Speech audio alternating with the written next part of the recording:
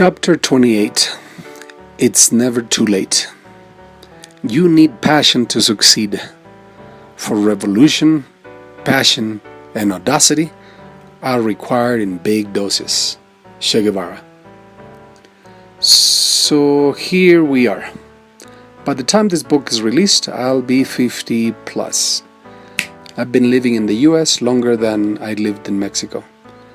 And while I have so many stories, so many more stories from my living in Mexico, and I will need to write another book to talk about my time in the US.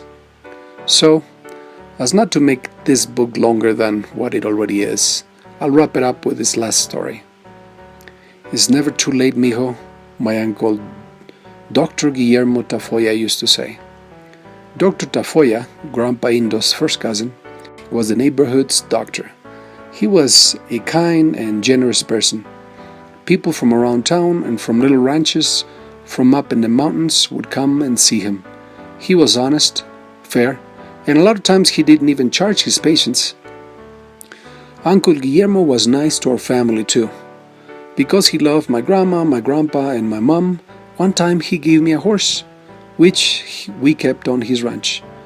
I would go there sometimes on the weekends and tried to ride it, but I always landed on the ground. Staying on a horse was hard.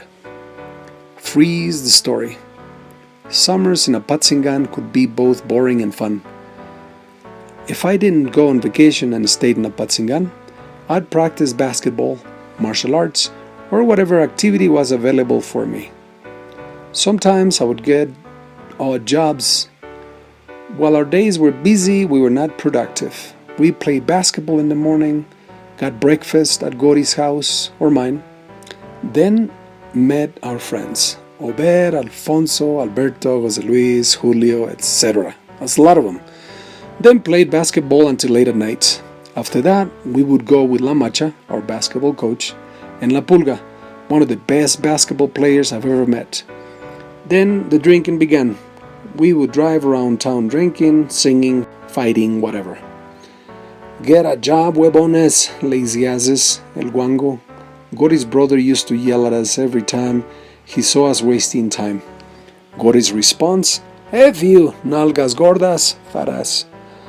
However, as much as we loved our leisure and lazy free time, one summer, Goris and I got a job as day laborers. We went to work as limoneros, lime tree cutters. But it was hard. Really hard labor. They paid workers 10 pesos, that's about 50 cents US dollars, for each crate of limes they filled up. It sounded easy. The best workers could fill up to 20 crates of limes. Man, $10 a day was a lot of money. If these farmers can cut limes and fill up 20 crates in one day, so can we, Gori said. Yeah, let's do this, I echoed Gori's. Our first day of work came. We had to show up at 4 a.m. in the morning. 4 a.m.? Is this even legal? I would think. Goris would stay at my house, or I more often stay at his house. His house had more rooms than mine, and his mom would be feeding us all the time. At any rate, we'd be up by 3 a.m. and we would go running to the big market, where workers stood on corners waiting to get a day's work at a field or orchard, much like Home Depot in some cities in the US. Once we arrived at El Mercado Grande, the big market, our meeting place, we would get on the back of a truck with another 20 or so workers. Then we would ride for at least an hour until we arrived at the lime tree orchards. Shit, Gordis would scream when he would get poked by the lime tree thorns. Lime trees had thorns everywhere. Damn it, I would bitch when a bee stung me. Beehives were abundant in lime trees. Oh my God, another worker would scream in the distance when a snake would bite him. There were snakes in the lime trees, on the ground, in the bushes. They were everywhere, big, medium, or small. Snakes of all colors and shapes would be slithering around workers. What an effing job, eh? The end of our hard day at work would come. How many crates of limes did Goris and I fill up? Well, we were tired, beat and bitter. We might have filled up maybe half a crate between the two of us. We didn't go back to cut limes. Our return on our time invested did not add up. It was too much work, too many stings by either thorns or bees, and well, yeah, the snakes were a problem too. For 50 cents? They're crazy. I will not work this hard for 50 cents, Goris yelled. Back to my story. My uncle, Dr. Guillermo Tafoya, had grown up without a father.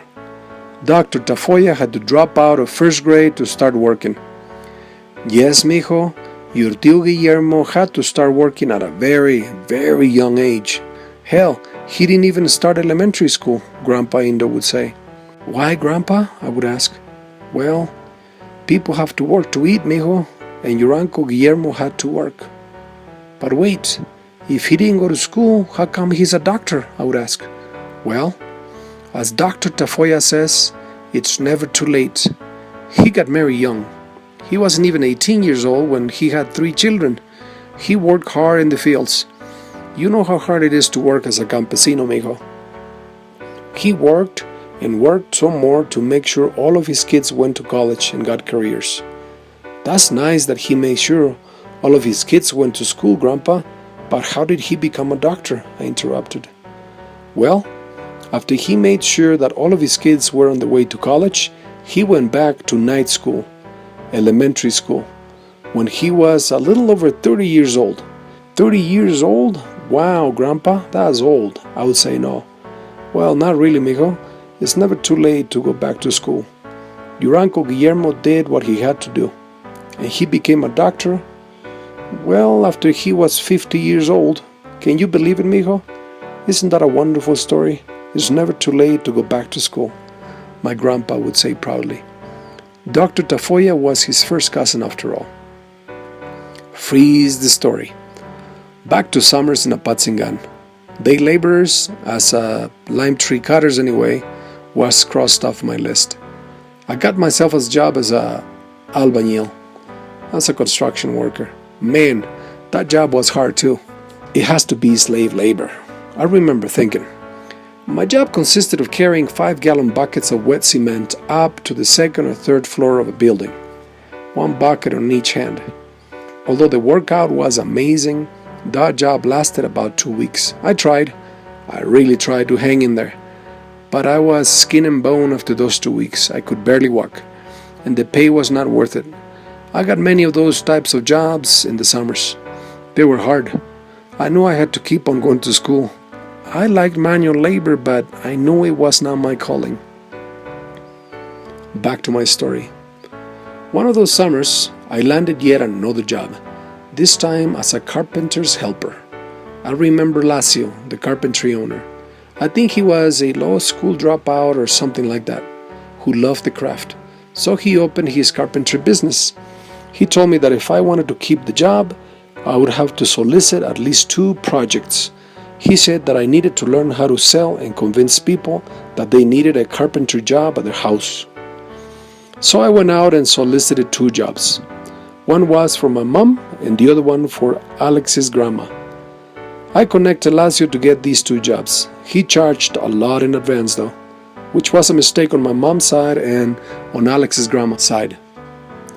Lacio took many jobs at once and couldn't finish any. At any rate, I thought I could branch out and do my own little carpentry business on the side. So, mijo, I hear you're a carpenter, Dr. Tafoya asked me. Yes, tío. I learned how to make doors, closets, stairs, and a lot of other things, I said, which was a lie. I barely knew how to stack up wood and cut a few crooked pieces of wood. Well, when can you come over to my house? I need some closets and a couple of the rooms, my uncle said. I can be there this Friday, after school, tío. So Friday came and I went to Dr. Tafoya's house. I took measurements and I prepared the estimate. Lacio had taught me this. He always said that I needed to get paid in advance, as much as I could in advance, the whole amount if possible. Tío, it's going to be 1,000 pesos, I said. Sure, mijo, here it is. My uncle got money out of his pocket and handed it to me. Freeze the story. During summer vacations, sometimes my uncle Aurelio Alarcón my Tia Loisa's husband. Tia Loisa was my dad's younger sister, would take me to Guadalajara, where he and his beautiful family lived. Those were fun summers. I'd be with Tia Aurelio all day long, and a lot of times all night long too. It was fun spending time in Guadalajara with all my Navarro cousins. It was awesome spending time with Marcela, Lupita, Elio, Aurelio, Bere, Eloisa, and Mayra. They would take me to the park, play with me, and treat me like a king. However, as much as I loved hanging out with them, I also loved to hang out with my uncle. He was an ambulance driver, and I loved riding with them all over Guadalajara. It was an amazing city. I cherished every moment, emergency calls or otherwise. Driving in an ambulance was exciting. In the morning, when we got home after an adventurous night in the town, my uncle would either work on cars or do construction projects, and I would say, "Can I help you, Tio?" He told me to get some sleep, but I couldn't. I wanted to hang out with him and learn all the things he knew how to do. Maybe I loved to hang out with him because he had the qualities I would have loved my father to have. Back to my story. So I had the money. Dr. Tafoya had just paid me in full. Did I go buy the materials to start working on his closet doors? Absolutely not. Instead, I went to buy myself some boots, pants, and a nice shirt. I had fun that Friday. And that weekend, I spent all the money. So, for the next few weeks and a couple of months, my uncle would come to the house looking for me to find out when I would finish his closet doors. I guess he got tired of my hiding from him, so he told my mom. That night, she asked me about the closet doors, and with all the weight of my embarrassment, I told her what I had done with the money. She didn't yell at me though, or get mad, or anything like that. Instead, she sold my horse. She paid my uncle, and she made me sweep and clean his clinic every Friday for the next few months. She said that doing so would teach me a very important lesson. If you give your word, you keep your word. You say you're gonna do something, do it. Remember Dr. Tafoya's story? It's never too late to do the right thing, she would say. Speaking of it's never too late, the title of this chapter and the theme of this story, I'll leave you with this. Even though I have always loved school, after I came to the US, I didn't go to college as a young father. I was always working. I had to, for my 3 beautiful children, Elio, Diego, and Brittany. Just like Dr. Tafoya, I had to work to provide. So I postponed my plans to go to college. And in 2009, in my mid-40s already, just like Dr. Tafoya late in life, I decided to start going to night school. I enrolled at the Grossman Cuyamaca Community College in San Diego, where I got my associate's degree. After that, I registered for an online program with the American Military University in Charleston, West Virginia, and got my bachelor's in English in 2015. Do the math. I was 50 years old in 2015. By the time you're reading this book, in 2018, I'll have earned my master's in educational leadership in an online program offered by Louisiana State University. Why am I telling you this? Because it's never too late to do anything you want to do in life. It's never too late to live the life you wanted to live.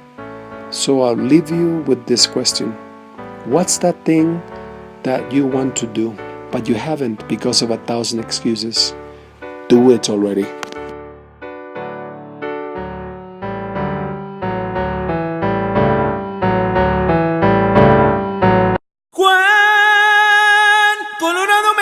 Soy señores de Michoacán.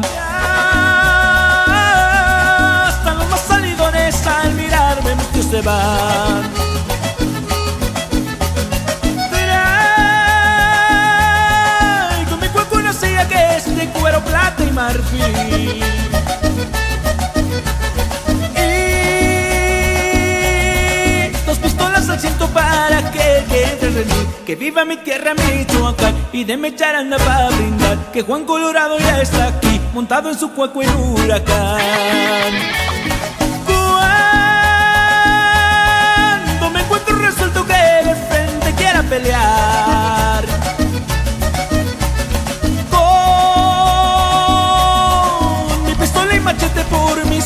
llueve ganagan. Que viva mi tierra Michoacán y deme charanda pa' brindar. Que Juan Colorado ya se va montado en su cuenco el huracán.